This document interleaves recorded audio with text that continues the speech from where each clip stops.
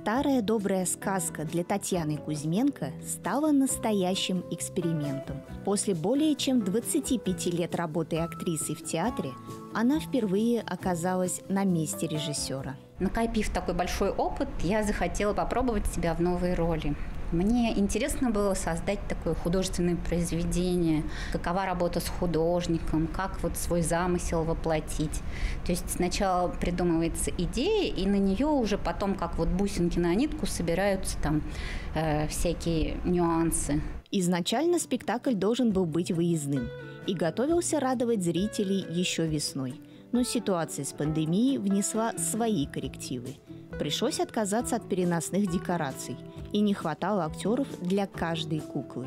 Есть сцены, где там все встречаются персонажи, там не хватает даже физически рук. То есть количество рук не совпадает с количеством персонажей. Технические проблемы не стали серьезным препятствием, а сказка заиграла новыми красками. Предупреждаю, мальчик много кушает, а девчонка быстро бегает.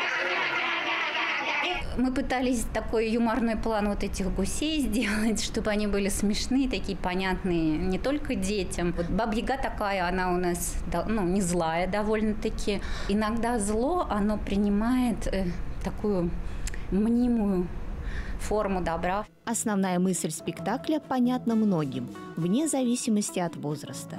Каждый из нас способен стать лучше и помочь окружающим, потому что на добро добром отвечают. Люция Галиева, Ильнур Юмагулов, город Уфа.